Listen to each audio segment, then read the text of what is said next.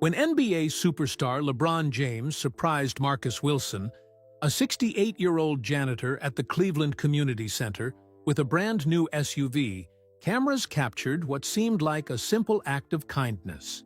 But as the morning unfolded, a 20-year-old secret would be revealed. One that would show how a pair of basketball shoes, a used silver SUV, and a janitor's quiet sacrifice changed not just one life, but an entire community. This is a story about more than a surprise gift. This is a story about how keeping the lights on at a community center basketball court can light up the darkness in ways no one could imagine. Marcus Wilson's footsteps echoed through the empty hallway of the Cleveland Community Center at exactly 5:30 a.m., just like they had every morning for the past 25 years. The familiar scent of floor cleaner mixed with the worn leather of old basketballs filled his nose as he unlocked the gym doors. His weathered hands, marked by years of hard work, moved automatically to flip on the lights. The fluorescent bulbs buzzed to life one by one, revealing the basketball court that had become his second home. Marcus smiled at the squeaky clean floor that he'd polished just last night. Some might say he spent too much time making sure the court was perfect, but Marcus knew better. This wasn't just any floor. It was where dreams took shape. "Good morning, old friend," he whispered to the empty gym, his voice barely louder than the humming lights above. Marcus grabbed his mop from the supply closet and began his daily routine, even though the floor was still spotless from the night before. Each careful stroke of the mop was like brushing a child's hair, gentle, purposeful, full of care. At 68 years old, Marcus could have retired 3 years ago. His wife, Sarah, kept telling him to take it easy, especially with her health not being what it used to be. But Marcus couldn't leave. Not when there were still kids who needed this place. As he worked, Marcus glanced at the old clock mounted high on the wall. In about 2 hours, the morning basketball program would start. Young players would rush in, their sneakers squeaking against his freshly cleaned floor, their laughter bouncing off the walls. The thought made all the early mornings worth it. Marcus pulled his cleaning cart toward the bleachers, his joints creaking almost as much as the wheels beneath him. The metal seats needed extra attention today. There had been a big game last night between two local middle schools. As he wiped down each row, his mind wandered to the young point guard who'd stayed late to practice his free throws. "Just 5 more minutes, Mr. Wilson," the boy had begged, his dark eyes serious beneath his sweat-dampened hair. Marcus had stayed an extra hour. That's what the other janitors didn't understand. This job wasn't about cleaning. It was about being there, about keeping the lights on and the doors open for just one more shot, one more practice, one more chance to get it right. Moving to the basketball hoops, Marcus inspected the nets with careful eyes. The one on the far end was starting to fray. He reached into his cart and pulled out a new one he'd bought with his own money last week. The community center's budget was tight, and he knew they'd say the old net could last another month. But Marcus had seen too many shots bounce wrong because of worn-out nets. As he worked on replacing the net, his fingers moving with practiced ease, Marcus heard the familiar sound of basketball shoes on pavement outside. Right on schedule. He glanced at the clock, 6:15 a.m. That would be DeAndre, a freshman who lived 3 blocks away. The boy's mother worked early shifts at the hospital, so Marcus had started opening up early to give him a safe place to practice. The side door creaked open, and DeAndre's head poked in. "Morning, Mr. Wilson." The teenager's voice cracked with excitement, his basketball tucked under one arm. "Morning, young man," Marcus called back, climbing down from his small ladder. "Court's all yours." DeAndre's face lit up as he noticed the new net. "For real? You got us a new one?" He dribbled toward the hoop, his eyes shining. Marcus just nodded, hiding his smile as he put away his tools. Some of his co-workers complained about kids coming in early and messing up their cleaning schedule. But they didn't see what Marcus saw. The way DeAndre's shoulders relaxed as soon as he stepped into the gym. The peace that came over his face as he practiced his jump shot. The boys' basketball thumped against the floor in a steady rhythm as Marcus finished his morning tasks. He could tell by the sound when a shot went in, the clean swish of the new net, followed by DeAndre's quiet yes of satisfaction. More kids would start arriving soon. The early morning basketball program had started years ago when Marcus noticed some students hanging around outside before school, trying to avoid trouble in their neighborhoods. He'd approached the community center director about opening early, offering to adjust his hours without extra pay. Now, every morning, the gym filled with young players working on their games. Marcus wheeled his cart to the supply closet, his work finally done. He caught his reflection in the window. Gray hair, lines around his eyes, clothes that had seen better days. But his eyes still held the same light they had 25 years ago, when he'd first taken this job. The gym door opened again, and 2 more students walked in, nodding respectfully to Marcus as they passed. He watched them join DeAndre, the Baitiwai, 3 boys immediately falling into a game of horse. Their voices echoed off the walls, full of life and possibility.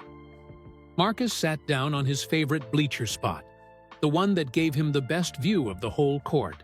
From here, he could see everything. Kids helping each other up after falls, older players teaching younger ones proper shooting form, friendly competitions that built character and confidence. His bones ached a bit more these days, and the early mornings felt earlier, but Marcus knew he was exactly where he needed to be. Every squeaky clean floor, every new net, every extra hour he stayed late. It all mattered, because somewhere in this gym, a kid's dream was taking shape, bouncing against the polished wood like a basketball finding its way home. The morning sun began to peek through the high windows, painting golden stripes across his freshly mopped floor. Marcus checked his watch. The regular morning crowd would start arriving any minute. He stood up slowly, his knees protesting the movement, and headed to the entrance to prop open the heavy doors. That's when he heard it. Voices outside, more than usual. Excited voices, the sound of cameras clicking. Marcus furrowed his brow. The community center never had cameras, and the morning program wasn't anything special, just neighborhood kids playing ball before school. He reached for the door handle, curious about the commotion, when someone knocked from the other side. 3 sharp raps that echoed through the quiet gym. DeAndre and his friends stopped their game, looking toward the sound. Marcus gripped the handle, unaware that when he opened this door, everything about his quiet, routine morning was about to change forever. Marcus pulled open the heavy door, and the morning sun flooded the gym entrance. He squinted against the bright light, making out the shapes of what looked like a small crowd gathered outside. Camera flashes popped like tiny lightning bolts, momentarily blinding him. "Excuse me," a voice called from somewhere in the group. "We're looking for Marcus Wilson?" Marcus instinctively took a step back, his hand still on the door. In his 25 years at the community center, no one had ever come looking for him with cameras. He glanced over his shoulder at DeAndre and his friends, who had stopped their game and were staring wide-eyed at the entrance. Then the crowd parted, and Marcus's heart nearly stopped. Standing there, ducking slightly to enter the doorway, was LeBron James himself. The NBA superstar wore a simple black t-shirt and jeans, but there was no mistaking who he was. Every kid in Cleveland knew that face. "Mr. Wilson?" LeBron's voice was warm and surprisingly gentle. "I hope we're not interrupting. You're mourning too much." Behind Marcus, he heard DeAndre's basketball hit the floor with a forgotten bounce, rolling away across his freshly cleaned court. The sound seemed to echo in the suddenly silent gym. No, you're not interrupting," Marcus managed to say, already stepping aside to let them in. His mind raced to make sense of what was happening. Maybe LeBron was here to announce a donation to the community center? But why would he ask for the janitor? The small crowd followed LeBron inside. Camera operators, a few people with notepads, and what looked like some representatives from the Cavaliers organization. Marcus tried to fade into the background, the way he usually did when important. People visited the center. He moved toward his cleaning cart, thinking he should at least look busy. "Hold on there, Mr. Wilson," LeBron called out, his voice filling the gym. "You are actually the reason we're all here today." Marcus froze. He could feel everyone's eyes on him, the cameras, the reporters, and especially the 3 teenage boys who were watching with their mouths hanging open. "Me?" The word came out barely above a whisper. LeBron's smile widened as he walked over to Marcus, his hand extended. "Yes, sir. You see, I've been hearing some stories about you, about how you've kept this court running for 25 years, about how you open early and stay late so kids have a safe place to play, about how you buy equipment out of your own pocket when the budget runs short." Marcus felt his face grow warm. He'd never meant for anyone to notice those things. They were just what needed to be done, that's all. "That's not necessary," he started to say, but LeBron held up his hand. "See? That's exactly what everyone said you'd say." LeBron turned to address the whole gym now. "They told me Marcus Wilson would try to say it's not a big deal, that he'd try to stay in the background. But sometimes, Mr. Wilson, the people who try the hardest to stay in the background are the ones who deserve to be celebrated the most." LeBron gestured toward the door, and Marcus noticed for the first time that there was a large vehicle parked right outside, covered by a huge black cloth. "Mr. Wilson, would you mind stepping outside with me for a moment?" Marcus nodded numbly, his legs moving automatically. As he walked past DeAndre and his friends, they gave him thumbs-up signs, their faces glowing with excitement. The small crowd parted to let him through, cameras clicking rapidly. The morning sun was fully up now, making the black cloth covering the mystery vehicle shimmer slightly. LeBron positioned Marcus in front of it, then grabbed one corner of the cloth. "Marcus Wilson, for 25 years, you've been quietly changing lives in this community. You've given kids a safe place to play, to dream, to become who they're meant to be. You've spent your own money, sacrificed your own time, and never asked for anything in return." LeBron paused, and Marcus was surprised to see genuine emotion in the basketball star's eyes. "Today, we want to give you something back." With a flourish, LeBron pulled off the cloth, revealing a brand-new silver SUV. It gleamed in the morning sun, its paint still perfect from the factory. Marcus stared at it, unable to process what he was seeing. "The keys are yours, Mr. Wilson," LeBron said, holding out a key fob. "No more long bus rides to work. No more walking home late after staying extra hours for the kids." Marcus reached out with trembling hands to take the keys, but what made his eyes fill with tears wasn't the expensive gift. It was something else. Something about the particular model of the SUV tugged at his memory, stirring up shadows of the past he'd tried to forget. "Could we talk?" LeBron asked quietly, suddenly serious. "Just you and me?" Marcus nodded, still unable to find his voice. As LeBron led him away from the cameras toward the quiet corner of the parking lot, Marcus couldn't shake the feeling that this surprise visit was about more than just a generous gift from a basketball star. He was right. As Marcus followed LeBron to the quiet corner of the parking lot, his mind drifted back 20 years, to another morning at this same community center. Back then, his hair had been black instead of gray, his steps quicker, but his heart just as devoted to the kids who called this court home. 20 years ago. The winter of 2004 had been especially harsh in Cleveland. Snow piled up against the BTC community center's walls, and the old heating system groaned against the cold. Marcus had started coming in an hour earlier than usual to make sure the gym was warm enough for morning practice. "Coach Wilson! Coach Wilson!" The voice echoed through the gym as Marcus checked the thermometer on the wall. He turned to see Tommy Martinez running toward him, his basketball shoes untied as usual. "Slow down there, Tommy. What's got you so excited this early?" Tommy skidded to a stop, his face flushed with more than just the cold. "There's a new kid outside. Says he wants to try out for the team, but he ain't got no shoes. Just regular sneakers all worn out. Some of the guys were making fun of him, but Coach, you should see him play." Marcus frowned. He'd started coaching the youth basketball program 3 years ago when the previous coach moved away.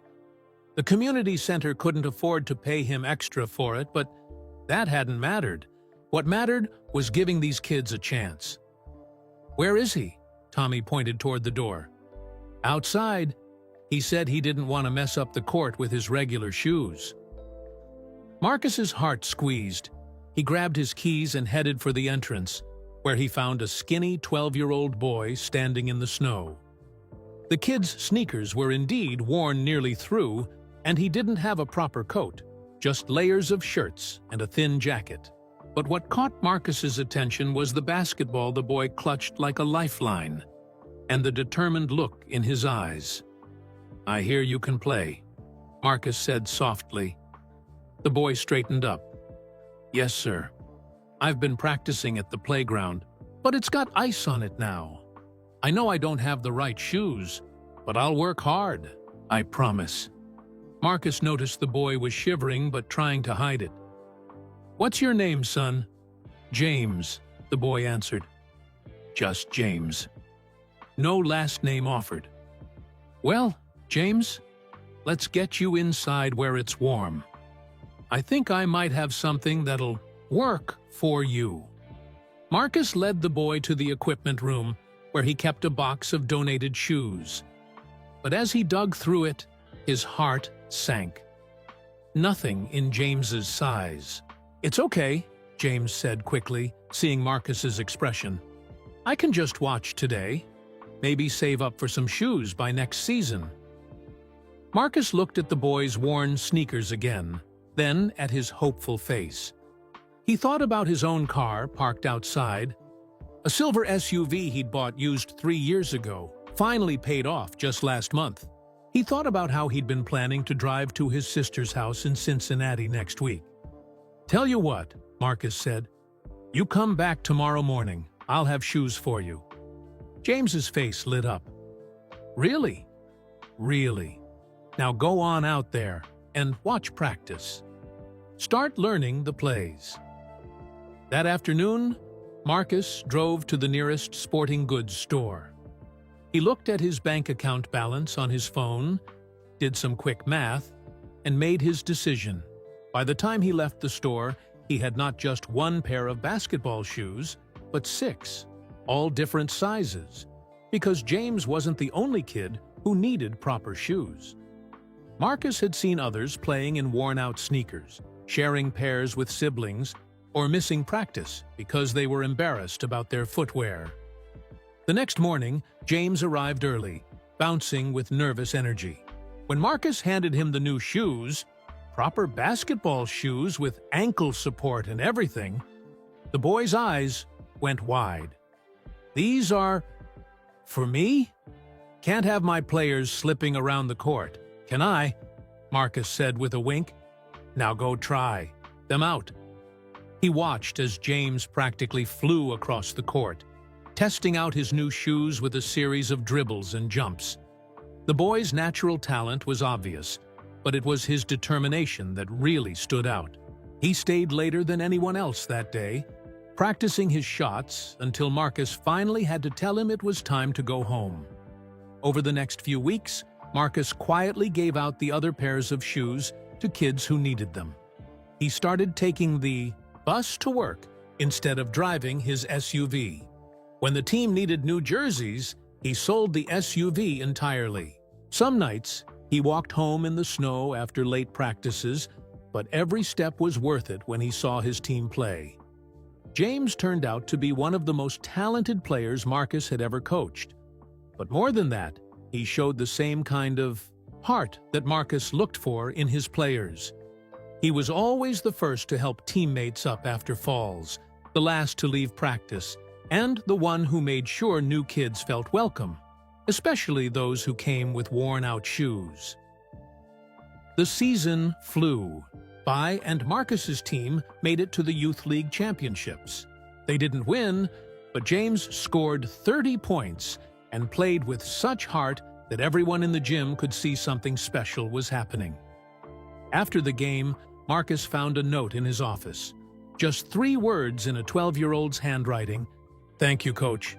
The next season, James didn't return to the team. Marcus heard his family had moved to a different neighborhood.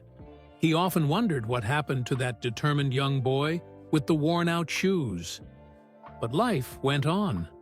More kids came through the community center's doors, each with their own dreams and needs. Marcus kept doing what he'd always done, being there, keeping the court clean and safe, making sure every child who wanted to play had the chance. Present day.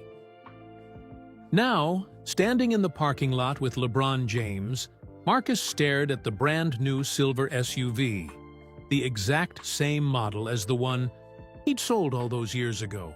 His heart began to race as memories clicked into place, like puzzle pieces finding their home. LeBron cleared his throat. "Mr. Wilson, there's something I need to tell you about that boy you gave those shoes to 20 years ago." Marcus felt his knees go weak. He reached out to steady himself against a nearby fence, the metal cool under his palm. The morning sun had risen fully now, casting long shadows across the community center's parking lot. "Maybe we should sit down," LeBron suggested, gently gesturing to a nearby bench. The cameras remained at a respectful distance, their lenses catching the golden light, but not close enough to hear the conversation. Marcus nodded, following the basketball star to the bench. His mind was spinning with memories. All those winter mornings, all those kids, all those dreams bouncing against the polished gym floor. Had one of them really been? "First," LeBron said as they sat down, "I want to know about you, Mr. Wilson. You're still here, still helping kids. Why?" Marcus looked down at his worn work boots, considering the question. "Someone has to be here," he said finally. "Someone has to keep the lights on, keep the floor clean, keep the door open just 5 more minutes for that last shot. Even when it costs you?"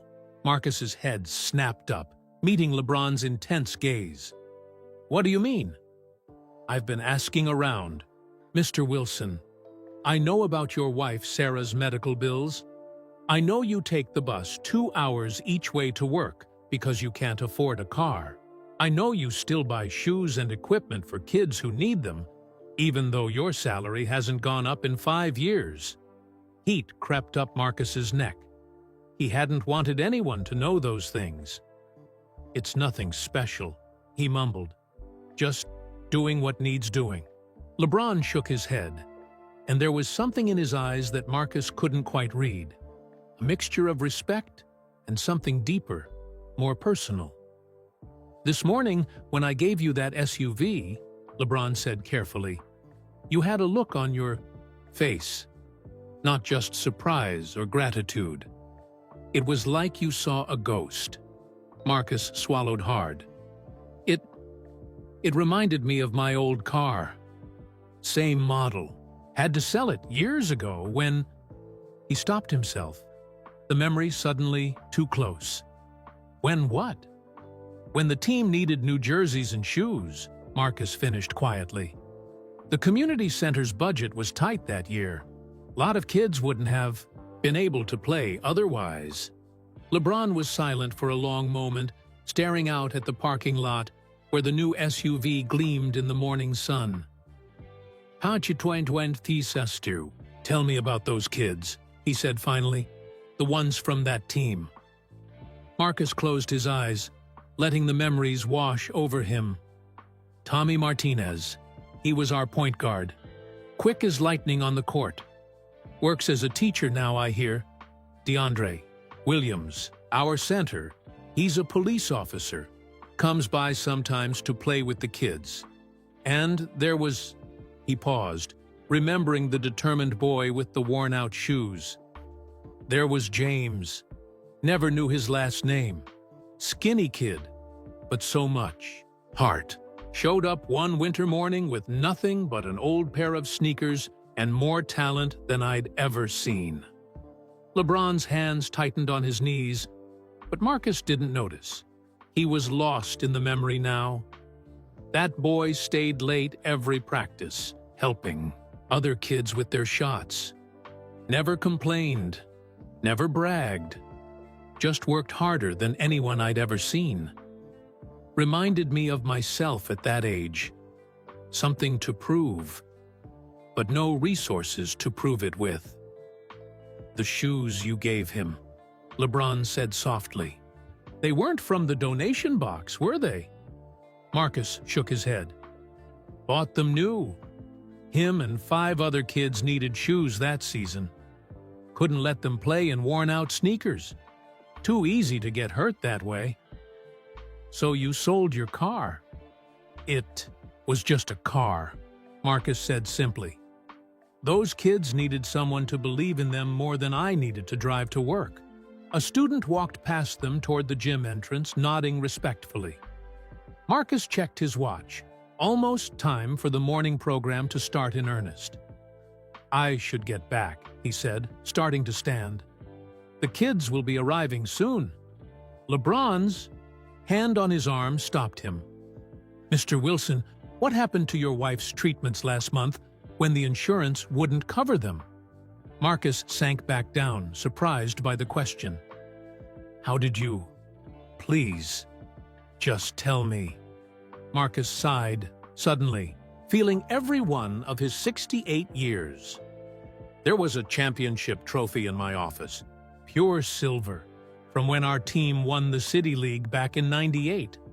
Got a good price for it at the pawn shop.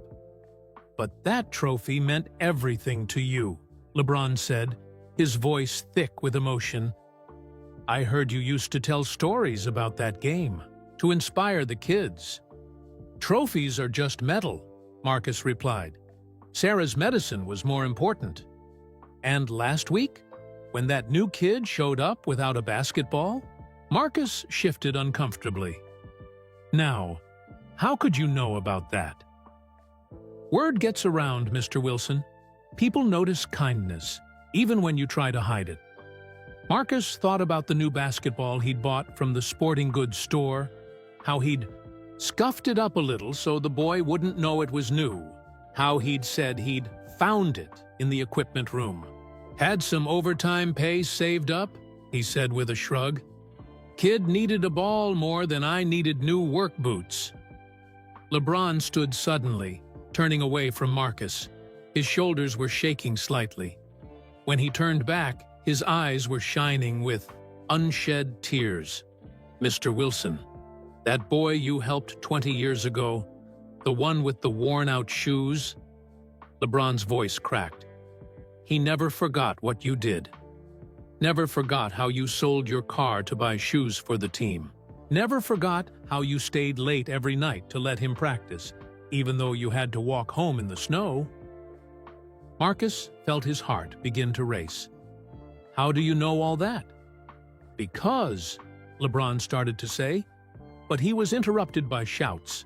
From the gym entrance, Mr. Wilson! Mr. Wilson! It was DeAndre running toward them. The morning program kids are here. They're asking for you. Marcus looked at LeBron apologetically. "I should go," LeBron said, wiping his eyes quickly. "Those kids need you." "But this conversation isn't over, Mr. Wilson. There's more you need to know." Marcus stood, his legs steadier now. As he walked back toward the gym, toward the sounds of basketballs, bouncing and kids laughing, he could feel LeBron's eyes on him. Something big was happening here, something more than just a surprise gift from a basketball star. But right now, kids were waiting. And Marcus Wilson had never kept a kid waiting when they needed him. Marcus pushed open the gym doors to find the morning program in full swing. The familiar squeak of basketball shoes against the polished floor filled the air, but today felt different. The kids were buzzing with excitement, stealing glances at the door where they knew LeBron James was just outside. DeAndre jogged alongside Marcus, practically bouncing with each step. "Is it true, Mr. Wilson? Did LeBron James really give you a car? And why was he crying? Everyone saw him wiping his eyes." "Focus on your drills, DeAndre," Marcus said gently, falling into his usual routine. "Remember what I always say. The game respects the work." DeAndre finished with a grin. "I know, Mr. Wilson, just like you taught us." Marcus watched as DeAndre ran back to his group, where he was helping a younger player with his shooting form. The sight warmed his heart. It was exactly what that skinny boy named James had done 20 years ago. From the corner of his eye, Marcus saw LeBron slip back into the gym, hanging back in the shadows to observe. The NBA star's presence was like a charge in the air, but Marcus had work to do. He grabbed his cleaning supplies and started his usual rounds, making sure the court stayed safe as the kids played. "Mr. Wilson?" A small voice caught his attention. It was Maya, a 9-year-old girl who had started coming to the center last month. She stood clutching her basketball, shifting from foot to foot. "What is it, Maya?" "My brother's too sick to come today," she said quietly. "But he really wanted to practice. Could I maybe stay a little late to learn the drills so I can teach him at home?" Marcus felt his throat tighten. He'd heard through the neighborhood that Maya's brother was fighting leukemia. Their mother worked double shifts to pay the medical bills. "Of course you can stay late," he said, then reached into his pocket. "And here, take this with you when you go home." He pressed a new wristband into her hand, the kind the pro players wore. He'd been saving it for a special occasion. Maya's eyes lit up. "Really? But won't you get in trouble for giving away equipment?" Marcus winked. "It's not community center equipment. Just a little something I picked up thinking someone might need it someday." As Maya ran off clutching her new treasure, Marcus caught LeBron watching the interaction. The basketball star's expression was unreadable, but he pulled out his phone and made a call, speaking in low tones. The morning program continued, but it was anything but normal. News cameras had set up outside, trying to get shots through the windows. Some of the kids were showing off, hoping to catch LeBron's attention, but most stayed focused on their practice. Marcus moved around the edges of the court, watching his kids play. There was Kevin, whose father was deployed overseas, teaching a new player how to dribble with his left hand. Maria, who walked 3 miles to get here each morning, sharing her water bottle with a younger girl who had forgotten hers. Jason, who used to get in fights at school until he found basketball, now breaking up an argument between 2 players with the patience of a born mediator. These were his kids, not by blood, but by something just as strong, by early mornings and late nights, by shared dreams and quiet encouragement, by the steady rhythm of basketballs on hardwood and the swish of nets in empty gyms. LeBron finished his phone call and walked over to where Marcus was cleaning the bleachers. "You know what I see when I watch this place? LeBron asked quietly. Marcus paused in his work. "What's that?" "I see hope. These kids, they're not just playing basketball. They're learning how to be good people, how to help each other, how to work hard and dream big." LeBron's voice grew thick with emotion again.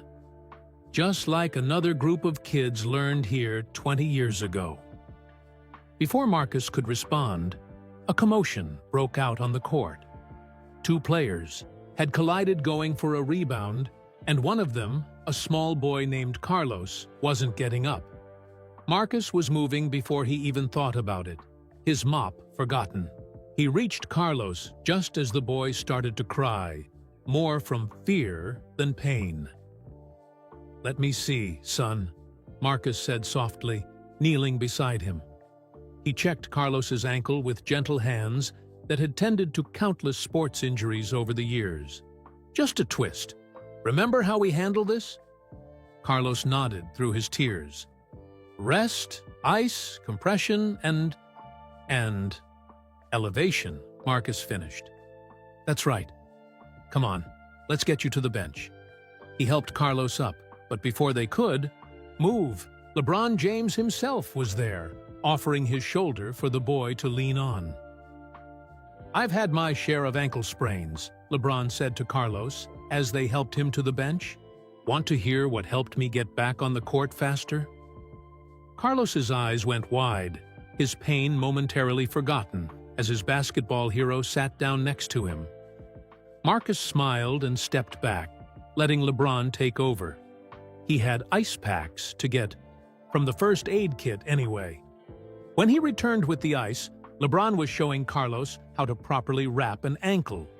The other kids had gathered around, listening intently as the NBA star turned the injury into a lesson about taking care of your body and your teammates. "You know who taught me that?" LeBron asked the group, catching Marcus's eye. "A coach I had once. He taught me that basketball isn't just about what happens on the court. It's about how we take care of each other off it, too." Marcus felt a strange tingle run down his spine at LeBron's words. There was something in the way he said it, something in his eyes. LeBron stood up, pulling out his phone again. "Mr. Wilson, I need to make another call. But when I come back, we're going to finish our conversation. And I think it's time these kids learned about the real hero in this gym." As LeBron walked away, Marcus sat down next to Carlos, checking his ice pack. The boy was already feeling better, chattering excitedly about how LeBron James had helped him. "Mr. Wilson," Carlos said suddenly, "how come you never told us you used to be a coach?" Marcus adjusted the ice pack, buying time before he answered. "Because this isn't about me, Carlos. It's about you kids. Always has been." But as he looked around the gym at all the young faces watching him, faces full of trust and respect and love, Marcus couldn't help but wonder about that skinny boy from 20 years ago, the one who had shown up with worn-out shoes and a heart full of determination. The one who had somehow led LeBron James to his door on this extraordinary morning. Marcus was helping Carlos practice his crutch walking when LeBron returned to the gym. Something had changed in the basketball star's demeanor. There was a new energy about him, like a player who had just made a game-changing decision. "Mr. Wilson," LeBron called out, his voice carrying across the court. "Could you join me at center court? Bring everyone with you." The kids gathered quickly, forming a circle around the faded center line that Marcus had repainted countless times over the years. Even Carlos hobbled over, supported by his friends.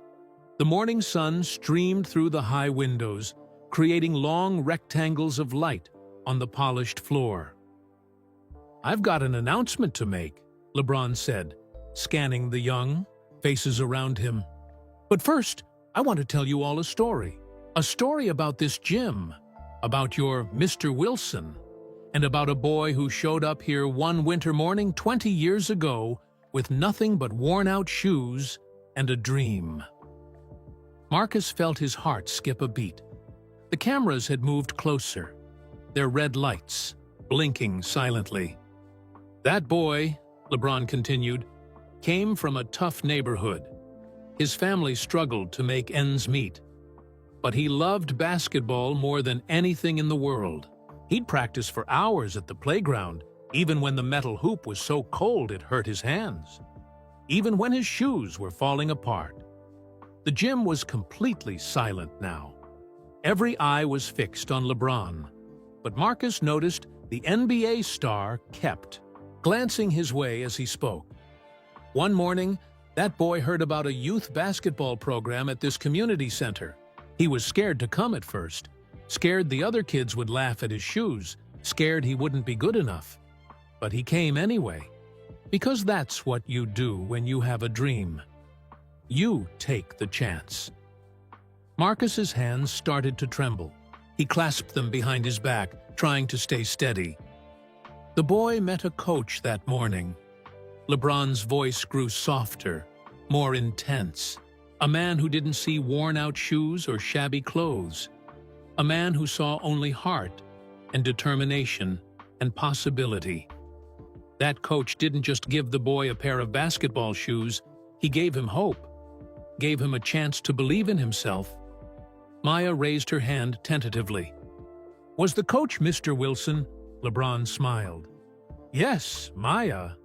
The coach was Mr. Wilson. And you know what else? He paused, looking directly at Marcus now. That boy with the worn-out shoes was me. The gym erupted in gasps and exclamations. Marcus staggered slightly, reaching out to steady himself against DeAndre's shoulder. All these years, all this time. But that's not all, LeBron continued, raising his voice above the excited chatter. Mr. Wilson didn't just buy me shoes. When our team needed jerseys and couldn't afford them, he sold his car. That silver SUV I just gave him? Same model as the one he sacrificed for us. He walked miles in the snow so we could play. Stayed late every night so I could practice. Never asked for recognition, never wanted praise. Marcus felt tears rolling down his cheeks, but he made no move to wipe them away. 20 years of memories were crashing over him like waves. The skinny boy's determination, the late-night practices, the championship game where James had played with such heart. I've been blessed to achieve my dreams, LeBron said, his own eyes glistening. I've played in NBA championships, won Olympic medals, built schools and foundations to help kids like I used to be. But I never forgot where it all started. Never forgot the man who believed in me before anyone else did. He turned to face Marcus fully now. The SUV isn't just a gift, Mr. Wilson. It's a reminder of the sacrifice you made for me and so many others. But it's only the beginning. LeBron pulled an envelope from his pocket. I spoke with the Cavaliers organization and my foundation. Starting today, we're launching the Marcus Wilson Community Center Initiative. Complete renovation of this facility. New courts, new equipment, new programs. A college scholarship fund for kids who show the same heart you've always looked for. And most importantly, he paused, his voice thick with emotion. A permanent position for you. Not as a janitor, but as our Director of Youth Development, with a salary that means you'll never have to sell another trophy to pay for your wife's medicine. The gym exploded with cheers. Kids were jumping up and down, hugging each other and Marcus. Cameras flashed. Someone started a chant, "Coach Wilson! Coach Wilson!" But Marcus barely heard any of it. He was lost in the memory of that winter morning, of a boy with worn-out shoes and eyes full of dreams. How many times had he wondered what happened to that James? How many times had he hoped he was doing well, achieving his dreams somewhere? Why didn't you tell me? Marcus finally managed to ask, his voice barely a whisper. All these years. LeBron stepped closer, placing his hands on Marcus's shoulders. Because you never wanted recognition. You just kept doing what you've always done, believing in kids, sacrificing for them, showing them what real character looks like. But it's time the world knew about Marcus Wilson. Time they knew that sometimes the biggest heroes aren't the ones making headlines.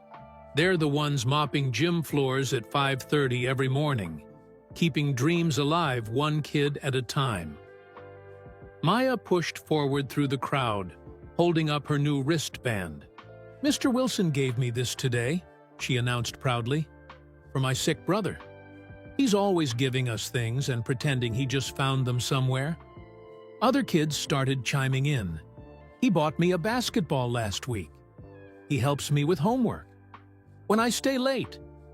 He gave me bus fare when I lost mine. He taught me how to tie my shoes." Each story was another drop in a 25-year ocean of quiet kindness, of small moments that had changed young lives forever. Marcus listened, overwhelmed, as his past and present collided in a wave of love and gratitude. LeBron raised his hands for quiet. "One more thing," he said, reaching into his jacket. "Remember that championship trophy you sold for Sarah's medicine?" We tracked it down. He pulled out the silver trophy, its surface polished to a mirror shine. But we added something to it first. Marcus took the trophy with trembling hands and read the new inscription, "To Coach Marcus Wilson, who taught me that true champions are made not by the shoes on their feet, but by the size of their heart." With eternal gratitude, LeBron James Marcus stood in the center of the gym, holding the trophy, surrounded by a circle of love that had been 25 years in the making. The inscription blurred through his tears, but he could feel every word etched into his heart. A warm hand squeezed his shoulder, LeBron's, and suddenly the gym doors burst open.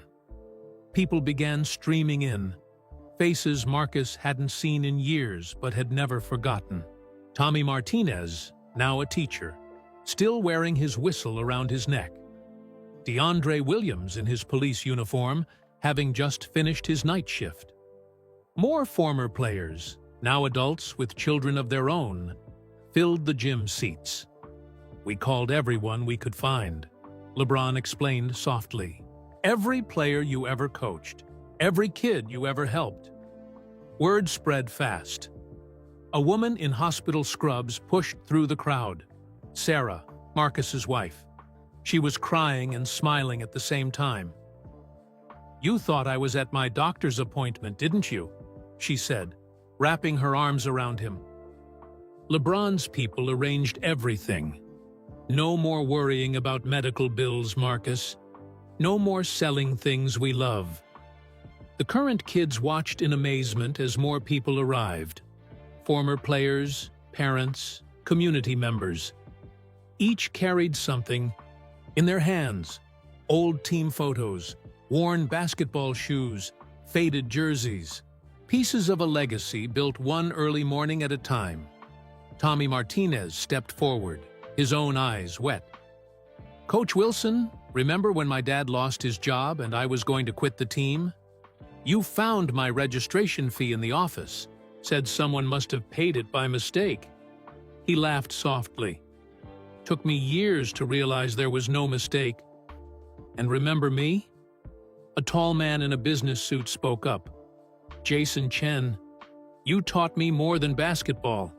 When those kids were bullying me for being different, you made me team captain.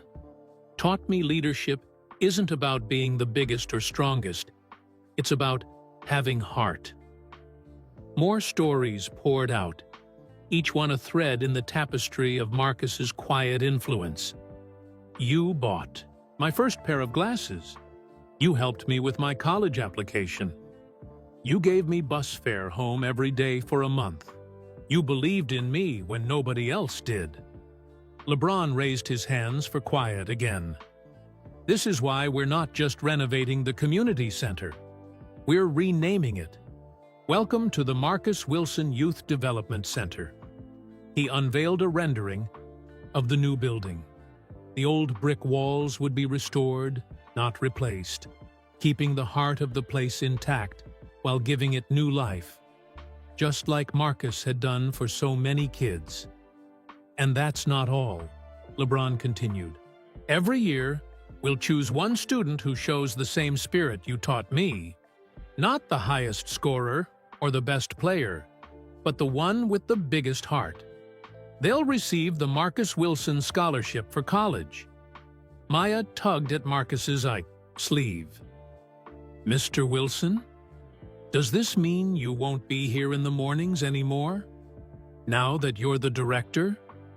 Marcus knelt down to her level, just as he had for countless children before her.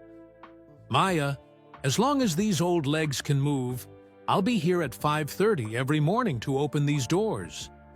Being director just means I can help more kids, that's all. And buy more wristbands? She asked hopefully, making everyone laugh. And buy more wristbands, he agreed, his heart full.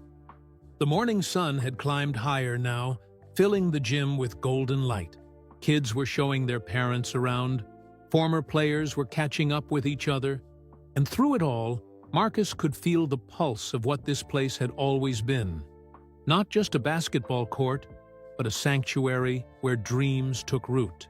And grew, Sarah squeezed his hand. Remember what you always say about this gym? About why you come so early? Marcus nodded. Someone has to keep the lights on. Not anymore, LeBron said, overhearing.